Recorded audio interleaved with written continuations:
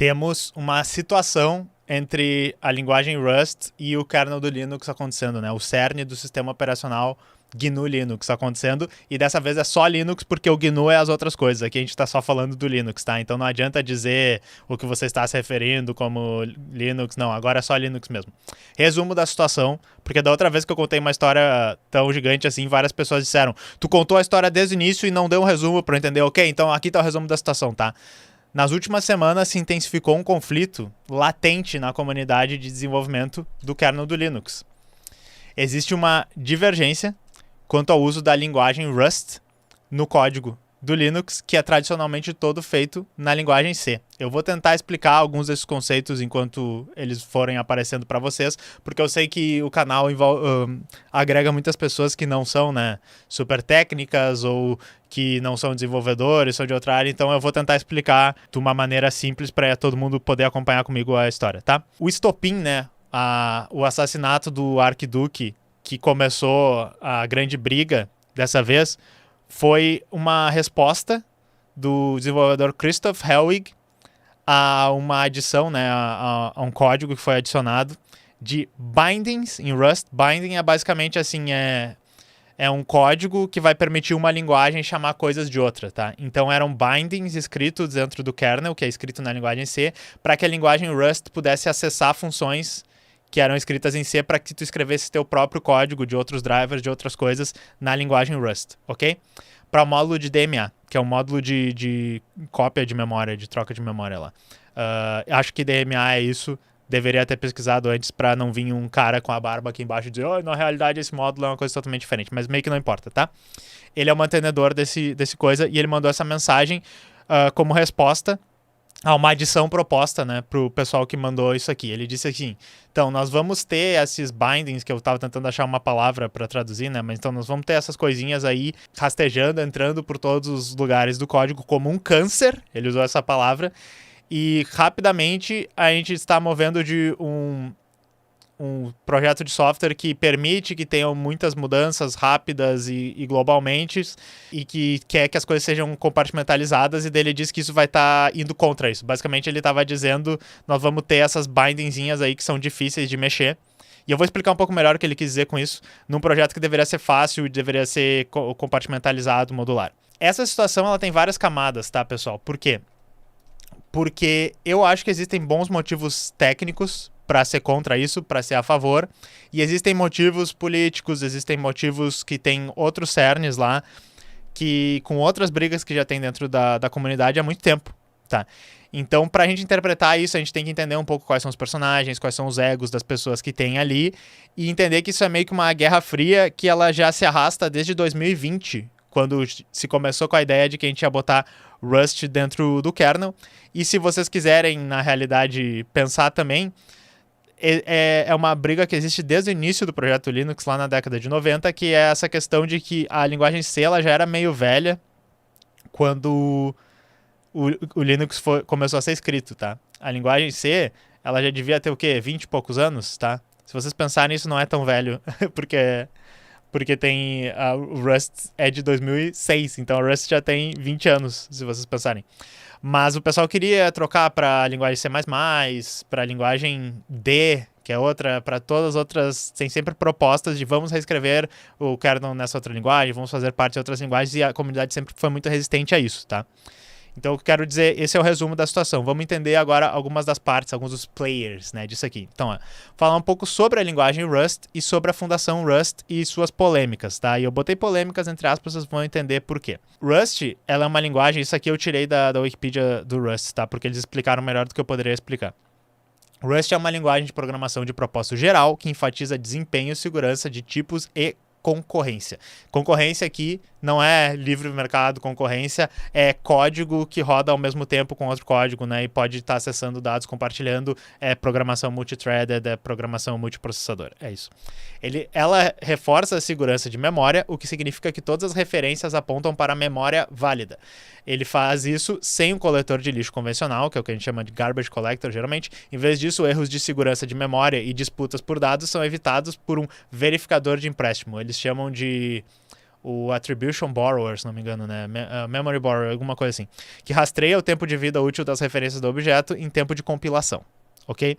Então, em geral, como é que a gente pode explicar? Rust é uma linguagem mais baixo nível, né, parecida com C, porém que o gerenciamento de memória ele ocorre num nível diferente e ele tem uma maneira diferente de acessar a memória que é feita para evitar essa classe de erros que tem a ver com acesso indevido à memória, alocação indevida de memória. Borrow Checker, obrigado, JP Beckner. Eu deixei aqui rustlang.org, o site dele, vocês podem dar uma olhada lá. Tem um livro muito legal, tem curso muito legal, tudo aberto, tá? Por que usar Rust, tá? E daí até fica uma promessa para vocês. Eu já vou fazer no futuro um videozinho baseado nesse outro vídeo, tá? Desse canal aqui, No Boilerplate. E é muito legal esse vídeo, porque o título do vídeo é Rust é o novo C, ok? E eu não sei se eu falei para vocês já, mas eu sou muito apaixonado pela linguagem C. Eu adoro ela. Eu trabalhei bastante na faculdade, foi uma das primeiras linguagens que eu aprendi. Depois eu aprendi C++, aprendi a odiar C++ e voltei como filho pródigo a dizer só código C é legal, né? Eu trabalhei em vários projetos em C. Eu trabalhei no projeto Wine, programando em C básico, umas coisas super complexas e tal. Já fiz joguinho em C e tal, então eu gosto bastante dessa linguagem.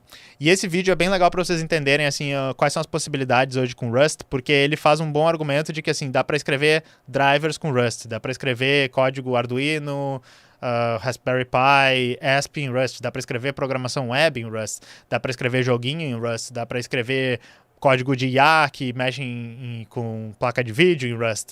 E tudo isso usando essas características legais e relativamente bom, assim. É uma linguagem que ela é moderna e ela lida com vários assuntos que são extremamente importantes de uma maneira boa, com várias áreas da programação que são extremamente importantes de uma maneira boa. E o argumento que ele está fazendo é que lida de uma maneira que provavelmente vai ser assim, ou vai ser compatível com o futuro. A gente vai estar usando esse código no futuro, que nem tem código C, que já tem 50 anos, e que a gente ainda tá... 50 anos, e a gente ainda tá usando hoje, sabe? E C é uma linguagem que ainda dá para aprender, que enfim, ainda o nosso cérebro entende, não é a mesma coisa que Fortran, tá ligado? Então eu gostei desse vídeo, esse vídeo me deixou bastante animado, conseguiu me vender a ideia do Rust. E daí tem essa quote aqui do criador da linguagem, que é o Graydon Horde, nós já vamos falar dele aqui na frente, mas o Rust é over-engineered, né? Tem uma super engenharia para que ela sobreviva. E algumas pessoas falam que o nome Rust, embora eu não tenha visto o criador falando isso, mas o nome Rust, ele vem de que tu quer que o código ele enferruje. Ele vai estar pronto, não vai precisar mexer, então ele vai enferrujar, tá ligado? Ele vai ficar lá no lugar sempre. Então, olha só. Rápido histórico da linguagem. Ela foi criada em 2006 pelo Graydon Horde como um projeto pessoal, e a partir de 2009 ela foi adotada como um projeto da Mozilla, porque ele trabalhava lá na Mozilla, que viu o potencial nessa linguagem para criar, né, uma engine, para criar um motor de um navegador que fosse mais seguro e eficiente com a linguagem. Tá? A partir de 2013, ele se afastou do projeto e ao invés dele ser o ditador benevolente, como acontece na maioria das linguagens, não na maioria, mas em várias linguagens open source, né, abertas, se formou um core team de 6 pessoas naquela época que ia manter entre si, né? E também se dividiu a comunidade em vários grupos de trabalho menores, então tinha vários grupos que cada um cuidava de uma parte da comunidade, e o desenvolvimento ele começou a ser feito baseado, isso é uma coisa que no software livre, principalmente comunidades que têm fundações ou que têm muitos interesses, assim, eles começam a fazer isso baseado em RFC, que é Request for Comments, né? Que é basicamente assim, tu manda uma cartinha para a comunidade explicando, eu acho que isso aqui seria uma boa adição para a linguagem, tá aqui como é que se implementaria, tá aqui como é que serviria isso, e daí fica um tempão o pessoal discutindo, até que, sei lá, se chega a uma proposta de consenso, modifica aqui para ter um consenso e se implementa isso na linguagem, né? E eles já fizeram milhares de RFCs com coisas que para melhorar a linguagem, né? A versão 1.0 da Rust foi lançada em 15 de maio de 2015, tá? E daí já tinha uma comunidade bem grande, já tinha, sei lá, milhares de bibliotecas também, pessoas usando, embora o Rust é uma linguagem que, nesse período que ela estava se desenvolvendo, ela mudou muito, ela quebrou bastante a compatibilidade, isso é uma coisa que talvez tenha segurado a coisa de crescer mais rápido ainda, beleza? A linguagem foi instrumental para um outro projeto da Mozilla, porque nesse momento ela está dentro da Mozilla ainda, que é o projeto Servo da peça mecânica, né? não servo de... a pessoa que serve, não era isso. E também vice-versa, então o servo também foi muito importante para o Rust, porque era um projeto dessa engine web, né, que eu falei, o motor de renderização web moderno da Mozilla, e daí esse projeto era muito complexo, precisava de coisas complexas, então o Rust provia essas coisas complexas e a linguagem também melhorava ao mesmo tempo, os projetos estavam muito ligados entre si. Em 2020, a Mozilla demitiu 250 pessoas por causa da redução que teve por causa da pandemia, e isso era 1/4 de todas as pessoas da empresa, ok? E deu sinais de que ia abandonar o servo, o que colocou também em xeque o futuro do Rust como linguagem. E em 2021, o time da linguagem criou o que eles chamam da Rust Foundation, né, a fundação do Rust, que vai ser dona dos domínios, marcas registradas, e também tinha a responsabilidade de financiar o projeto. E o servo também, se não me engano, ele foi para dentro da Linux Foundation, que é um guarda-chuva também de vários outros projetos, né? Então, os dois projetos acabaram sendo abandonados pela Mozilla. E essa foto desse monte de empresa aqui são as empresas hoje que dão dinheiro para a Rust Foundation e daí fazem parte do board lá, tá? Para vocês entenderem. Então, Platina aqui, que são as que mais dão dinheiro no sistema AWS, Google, Huawei, Meta, Microsoft. E daí no Silver nós temos várias aqui, inclusive nós temos a própria Mozilla, né? E deixa eu ver se a gente acha mais alguma que eu conheço aqui. 1Password, de password e tal. Enfim. Mas tudo, a maioria devem ser Sentry, de segurança, as empresas, tá? A maioria devem ser empresas que de alguma maneira usam Rust na sua arquitetura e querem financiar o projeto, né? Em 2021, e daí isso aqui é a questão que eu disse, as polêmicas. E para dar uma introdução, existe essa coisa de que assim, nossa, a comunidade Rust está sempre tendo uma treta, está sempre tendo uma briga com eles. Eu não acho que tem mais tretas e brigas do que uma comunidade normal de internet. Porém, eu sinto que desde o início eles tentaram fazer essa questão... Desde o início não, né? Mas desde aquela época ali que eles se separaram da Mozilla, eles tentaram criar essa coisa da... Nós vamos ser geridos pela comunidade, nós vamos incluir várias pessoas, e isso é uma coisa que dá muito problema, é muito difícil. Eles já desde 2013 não têm aquele papel da pessoa que seria um ditador e que manda em tudo, que nem, por exemplo, o kernel do Linux tem o papel do Linus hoje, tá?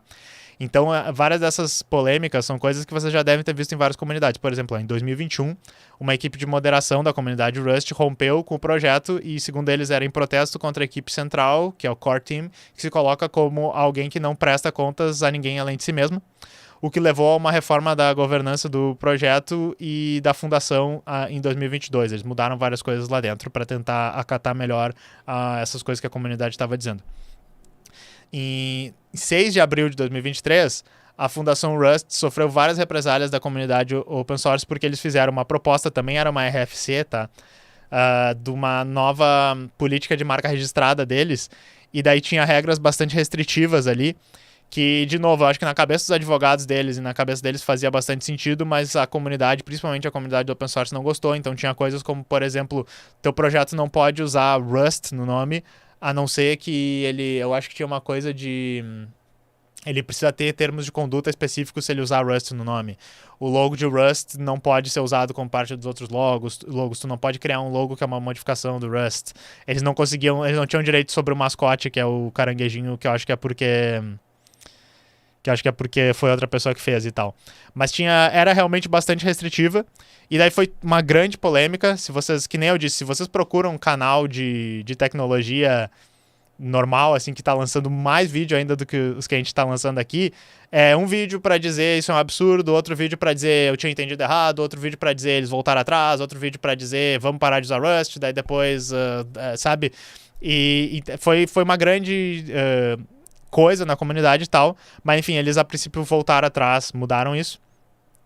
E 26 de fevereiro de 2024, a Casa Branca lançou um relatório que eu tenho a impressão que a gente já falou aqui, pedindo, né, encarecidamente aquele meme do carinha dizendo assim, por favor, poderia parar de construir software que tem problemas de segurança, problemas de memória, e recomendando que se usasse linguagens memory safe, como, por exemplo, Rust, Zig, Go, tem várias linguagens mais modernas e tal, mas basicamente só dizendo, não usem C nem C++, sabe? Tanto que até teve uma notícia recentemente que criador do C++, o Bjarne Stroustrup, uma pessoa que já me causou muitos pesadelos por causa da linguagem que ele criou, né? Odeio C++, desculpa aí, pessoal. E eu já programei bastante na minha vida. Ele disse C++ está sob ataque por causa das pessoas dizerem que a gente tem que usar linguagens mais seguras e tal. Eu achei engraçado, mas para ser justo para ele, eles querem reformar a linguagem para ser melhor, né? Mas também tem um projeto do Exército dos Estados Unidos, na realidade do DARPA dos Estados Unidos, que se chama Tractor, que a ideia toda deles é reescrever a maior parte dos códigos em C que eles têm no Exército usando Rust, tá? Porque Rust seria uma linguagem mais segura para eles. Então, eu coloquei essas coisas aqui para vocês entenderem que tem muito interesse econômico em Rust. Eles realmente estão num nicho que é interessante, que é isso das linguagens serem mais seguras de memória. Tem empresas gigantes, tem o governo dos Estados Unidos dizendo que é para usar. Então, eles estão bem posicionados sendo um projeto de software livre. Estão numa posição estranha também, sendo um projeto de software livre, gerido pela comunidade, mas com muito interesse econômico, uma comunidade também que envolve grana grande ali em volta, beleza? O que nos leva à segunda parte da equação, que é o projeto Rust for Linux. Então, olha só, o Linux, ele, para explicar para vocês o que é, né? Ele é um sistema operacional, ok? E o papel do sistema operacional, né? O cerne do sistema operacional, na realidade, que o Linux é permitir criar uma camada de abstração entre o software que tu está rodando no teu computador, entre os programas que tu está rodando no teu computador e o hardware do teu computador, né? Entre a parte física do teu computador, o hardware que tu pode chutar, e a parte abstrata, que é os programas, né, que são nada mais do que palavras, números que estão rodando no teu computador ali fazendo alguma coisa. E daí o que inclui o Linux, né, são os drivers, que driver é o quê? É um programinha para o sistema operacional saber interfacear com as coisas que tu pluga no teu computador, na tua placa-mãe. Gerenciamento de processos, né? Qual programa tem prioridade sobre o outro, quanta memória cada programa pode receber, né? Gerenciamento de memória, que nem eu disse, sistemas de arquivos e mais, ok?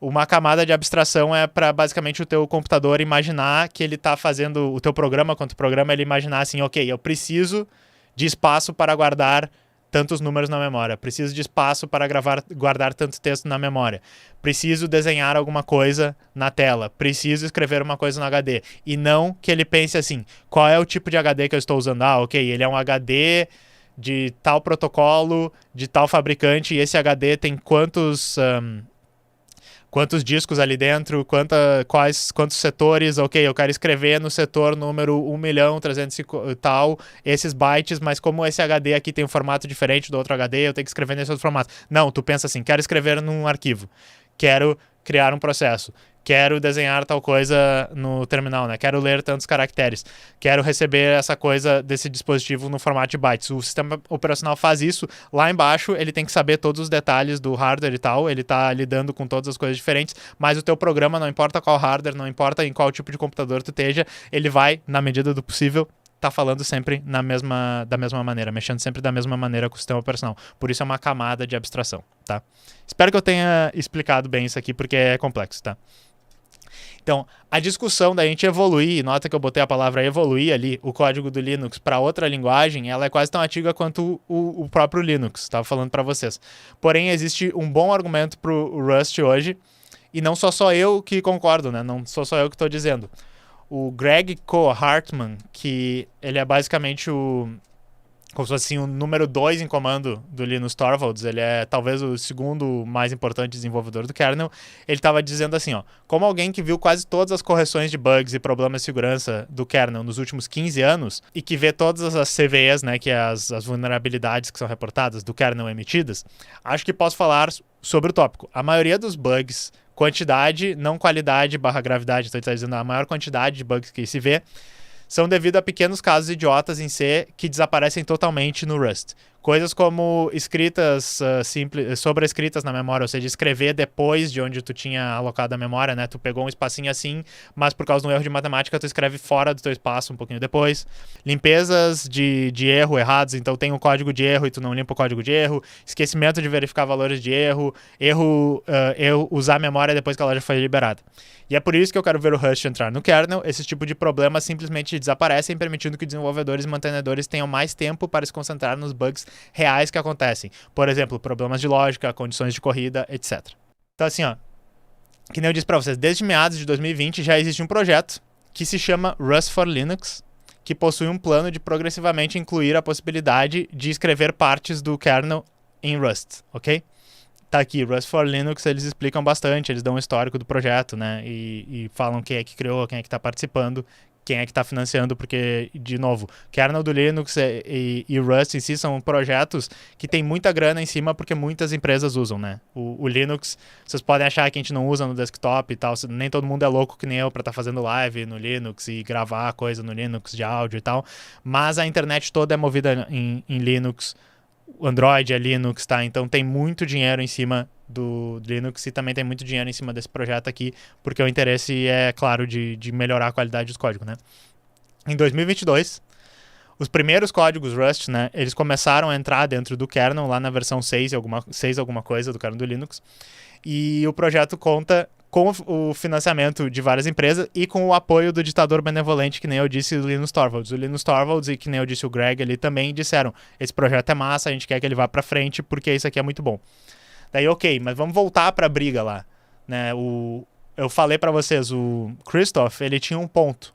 Vou tentar explicar o ponto dele, tá? Existe uma preocupação legítima que ele levantou. O kernel do Linux, ele é uma coisa muito complexa. Talvez seja um dos softwares mais complexos que a gente tem escritos hoje, e ele é feito de uma maneira bastante distribuída, embora tenha, né, pessoas que centralizam as atualizações, centralizam o que vai entrar. Eles basicamente têm várias listas de e-mail em que cada submódulo tem um ou dois, alguns mantenedores ali, e pessoas que querem fazer contribuições, elas mandam as suas modificações como um e-mailzinho com a modificação. As modificações elas são revisadas por cada uma dessas pessoas e elas entram, depois que elas entram, se pede uma modificação e tal, e daí depois a gente vai subindo, assim, esse módulo aqui que faz parte do outro módulo, depois quem tá mantendo o outro módulo coloca ele quando achar que tá bom, e daí vai entrando na versão do Linux, e daí o Linus, né, Torvalds, meio que tem a missão ali, junto com as pessoas que são mais centralizadoras de poder, de colocar para dentro essas coisas todas distribuídas de uma maneira que mais ou menos funcione, não quebra o kernel e que ele esteja sempre melhorando. Isso é extremamente complexo. E daí tem uma etiqueta e várias regras nesse projeto. E daí tem duas regras que são bastante importantes, que é a regra de que, assim, se você quebrou um negócio com o seu código, você é responsável por arrumar isso aqui, tá? Então, se eu for lá no código que o Greg estava cuidando e disse assim, ó, eu vou corrigir um bug aqui que aconteceu do DMA e tal, e daí eu corrijo. Mas isso faz quebrar uma outra coisa no código dele, ele vai dizer assim, ó, tu é responsável por quebrar isso, né? Tu foi responsável por quebrar, tu é responsável por resolver. Então, se ele não vai deixar entrar até eu resolver outra coisa, por exemplo. Não é tipo assim, bota meu código aí e daí vai resolver o meu problema, mas essa coisa vai ficar essa bomba pro outro. E geralmente, se eu quebrar a compatibilidade com outras partes do kernel também, que é uma coisa que pode acontecer, tipo, eu quebrei outra coisa lá, não vai entrar porque eu quebrei aquela coisa e daí eu tenho que me acertar lá, eu tenho que ver se eu tenho que corrigir lá, se eu tenho que corrigir aqui, entendeu? Então tem essa regra. Outra regra que existe também é, tu não vai botar nenhum código ali que é inútil e não serve pra nada. Beleza? Então, assim, esse código no futuro um dia vai ser usado para fazer alguma coisa. Ou esse código será útil se um dia chegar a tal coisa. Não, então bota quando precisar, tu bota.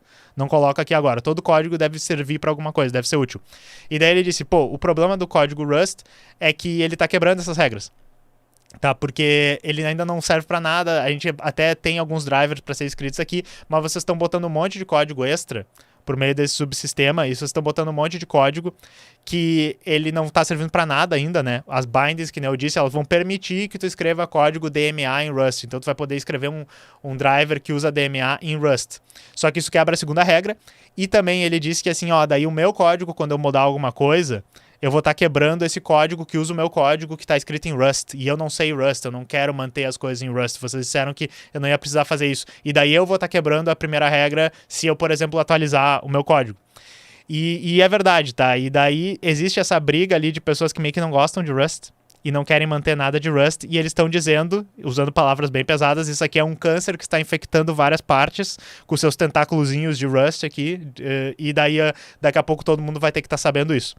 Só que, enfim, o Rust, ele tá tentando fazer isso, né, com o apoio de partes da comunidade desde 2020, e ele chegou para ser uma exceção a isso aí, em prol de conseguir evoluir mesmo o kernel. Essa é a ideia de quem está dizendo que ele tem que aceitar isso. E a maneira como está sendo feita ela é meio que uma conciliação. Nós vamos colocar coisas que estão preparando isso para o futuro, nós vamos colocar coisas que vão eventualmente quebrar outras coisas, mas é em prol da gente chegar num kernel mais organizado, mais seguro, né? Seria essa a ideia. Só que daí existe uma outra camada que é assim, tá, mas Greg, esse projeto existe desde 2020, desde 2022, o projeto tá aí, e eu sei que provavelmente tu não queria, só que daí o Rust bateu na tua porta, né? E daí tu chegou e disse, não vou aceitar a tua contribuição porque você está botando esse câncer no código. Foi pesado pra caralho. Não era talvez a hora pra fazer isso e não era a hora pra reclamar. Mas como ele era o gerenciador ali, que nem eu disse, é meio descentralizado essa coisa, e como ele tinha aquele poder específico ali, ele manifestou esse conflito. Por isso que eu disse pra vocês, é um conflito, foi um estopim da coisa, beleza? Então, assim, existe uma outra camada que é esse conflito entre os dinossauros do kernel, que são os caras bem mais velhões lá, que só querem C, que já rechaçaram o C++ na época, rechaçaram todas as outras linguagens, e eles estão vendo que eles não queriam que tivesse nada diferente no kernel, são mais tradicionalistas na sua programação C, e esses jovens do Rust, né? Essas pessoas mais, com as ideias mais pra frente, mais de cabelo colorido, com ideias talvez políticas um pouco diferentes. Então existe esse conflito latente. É outra camada que existe. Então eu botei uma foto para mostrar para vocês aqui, ó. Esses aqui são os dois desenvolvedores do open source no geral, né? Os dois desenvolvedores do software livre. Esse cara aqui e essa menina aqui. Basicamente essa é a comunidade de software livre hoje, né? Se vocês não sabem, esse era o meme do existem dois tipos de comunista, que também está correto, tá ligado? É os dois tipos de comunista que existem. Mas então assim, ó. Obviamente, tudo se transforma numa guerra cultural hoje em dia. Tudo se transforma numa guerra política. E quem transformou isso não fui eu, não foi o meu canal. Vocês notem que eu demorei um mês para fazer um vídeo sobre isso. Os desenvolvedores do Rust, se vocês forem ver as pessoas, principalmente nos comentários de sites, sabe, nas... Twitter, essas coisas, principalmente no Twitter, vão ser chamados de woke, vão ser chamados de fiasquento, politicamente... sabe, pessoas que enfiam política em tudo, a mesma situação que a gente teve na Godot, e todo mundo sabe, né, que se tu chama uma pessoa de woke, isso quer dizer que ela não tem habilidade técnica, não é? Se a pessoa se preocupa com política, se a pessoa se preocupa com questões sociais, se ela tem o cabelo colorido, quer dizer que ela não pode ser boa tecnicamente, né? Tô sendo irônico aqui, né, pessoal? Mas muitas pessoas falam desse jeito, é só vocês lerem algumas dessas discussões que vocês vão ver isso.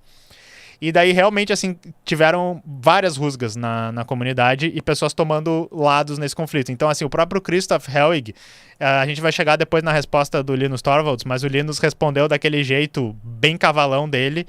E daí o Christoph disse, tá, beleza, pessoal, eu passei o projeto para outra pessoa, não quero mais participar disso, saiu, né? Então o Christoph, uma das pessoas que era contra a Rust, foi embora.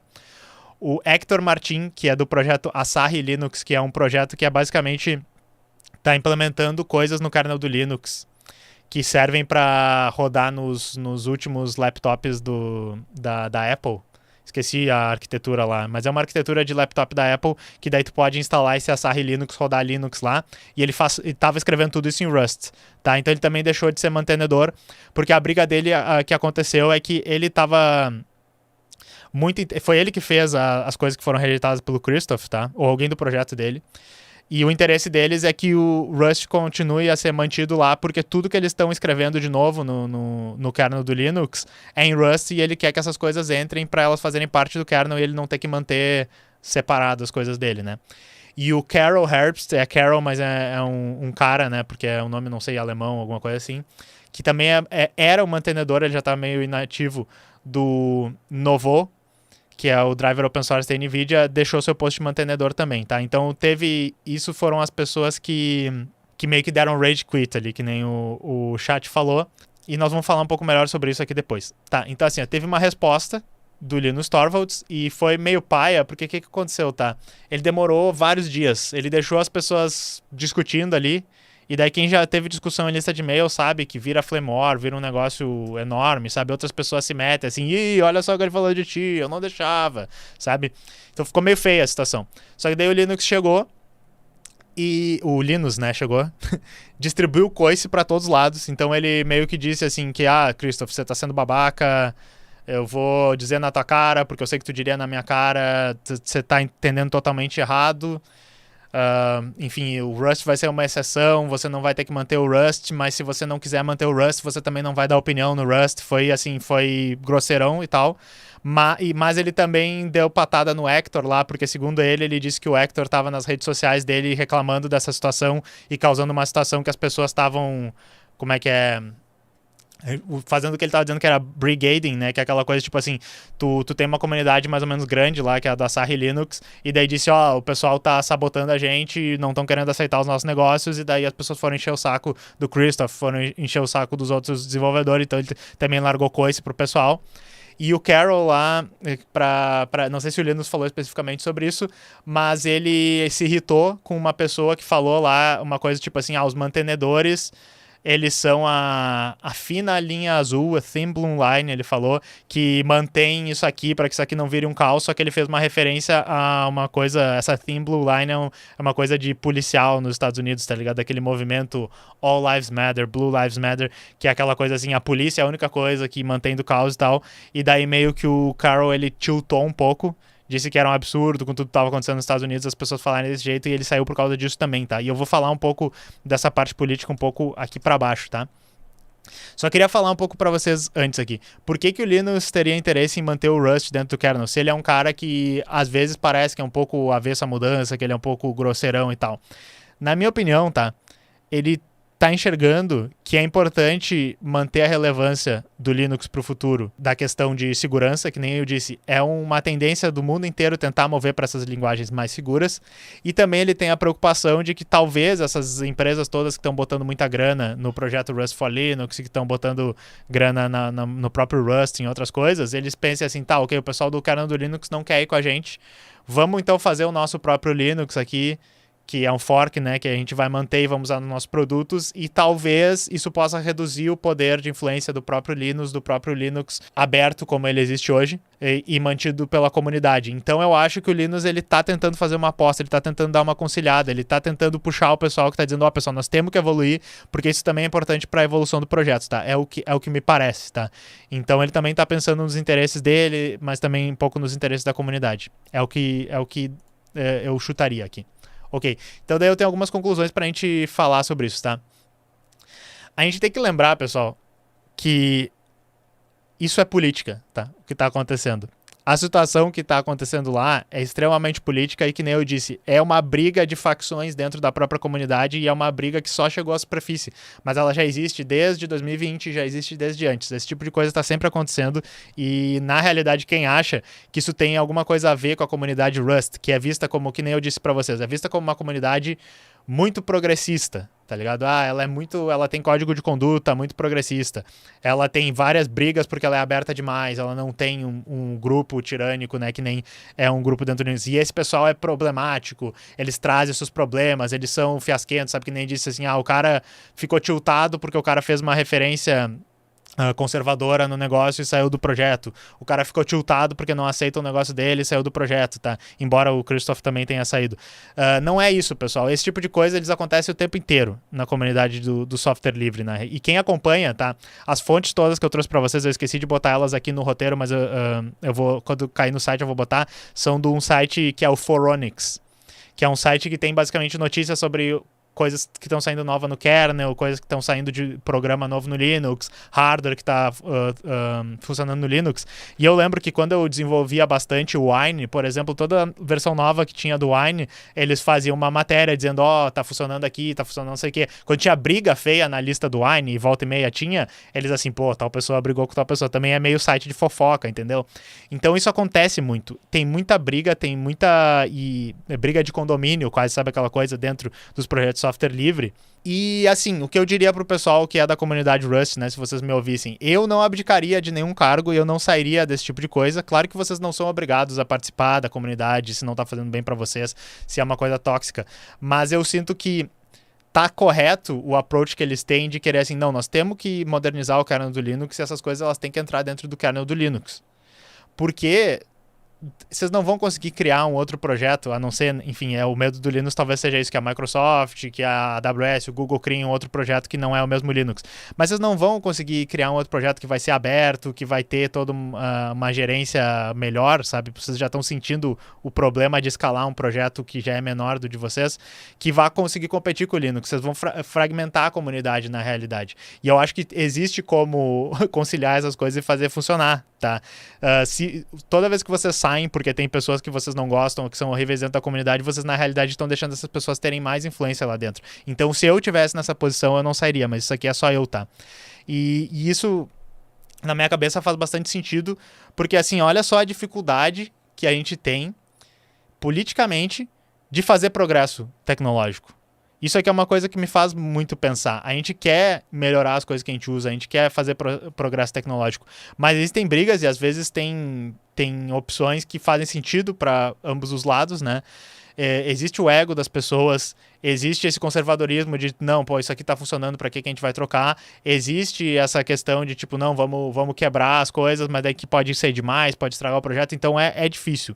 E as pessoas usam a guerra cultural no meio disso, que é o que eu acho que é interessante da gente adicionar aqui, para tentar deslegitimar opiniões políticas que elas não gostam, ou usam a sua opinião política, né, que é principalmente conservadora nesses espaços de software livre, tá? Eu tenho um vídeo todo falando sobre isso, para deslegitimar tecnicamente o Rust e o trabalho das pessoas, para dizer, mas você é um chiliquento, você tem cabelo colorido, sabe, cala a boca, você é woke. Então isso acontece muito e a gente tem que prestar atenção nisso. Então eu acho que também é uma organização política que é necessária para a gente fazer progresso tecnológico. E enfim, eu nem cheguei na questão de que ambos Rust e Linux são projetos com bastantes fins comerciais, que tem essa dialética e essa contradição enorme de ser um negócio que tá dando muita grana, que tem muito interesse comercial e é mantido aberto, tá? Mas enfim, era isso que eu tinha para falar sobre isso, eu espero que vocês tenham gostado.